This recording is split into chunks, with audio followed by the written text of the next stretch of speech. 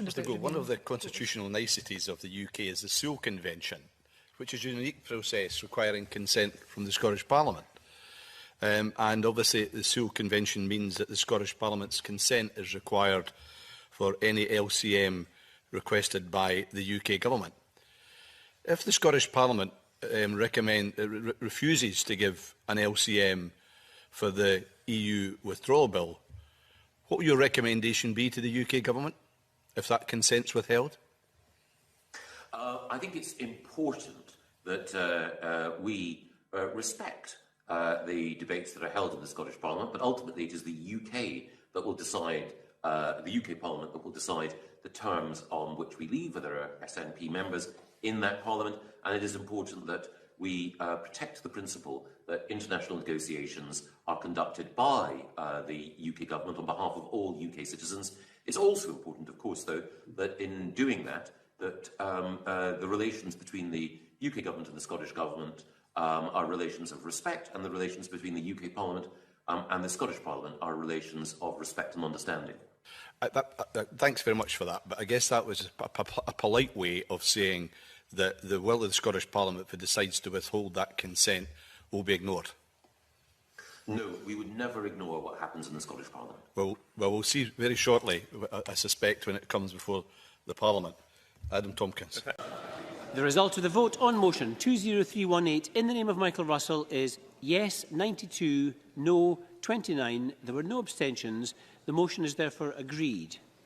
Now, members may wish to note that previously, where the Parliament has voted to withhold consent on issues where the UK Parliament wishes to legislate on devolved issues, I have written to my counterparts in the other UK legislatures, and I intend to do so in this case following tonight's vote.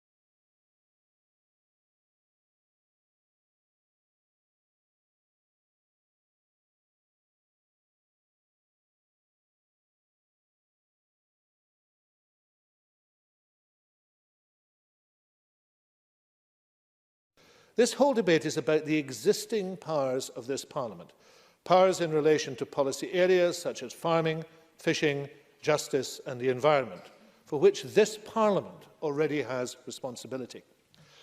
The discussion about the way forward is therefore not an abstract or arcane one. It is first and foremost about protecting the devolution settlement that the people of Scotland voted for so decisively in 1997. But it's also about the best way to run important national and local services, like our health service, the best way to provide agricultural support, such as less favoured area payments, which are essential in Scotland but not used in England, the best way to devise procurement rules that are tailored to Scottish need and Scottish business, and the best way to protect and enhance our particular environment, consisting as it does of large areas of coast and sea. Accordingly, what is covered by any UK frameworks, how they're governed, and any consequent changes to the devolution settlement must only be made with the agreement of this Scottish Parliament. It's simply not acceptable for Westminster to unilaterally rewrite the devolution settlement and impose UK-wide frameworks in devolved areas without our consent.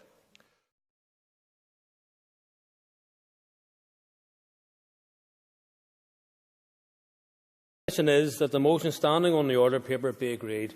All those in favour say aye. Contrary, no. The ayes have it. The ayes have it. Thank you very much.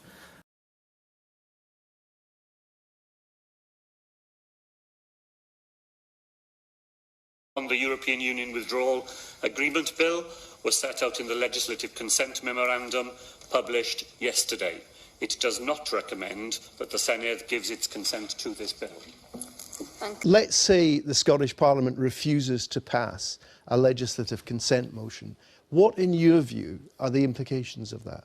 Well, I don't think that's going to happen, and I very much hope that that isn't going to happen, because I do think, for all of the reasons that I've sought to explain, that we can resolve this issue without coming to that. So we're talking about hypotheticals.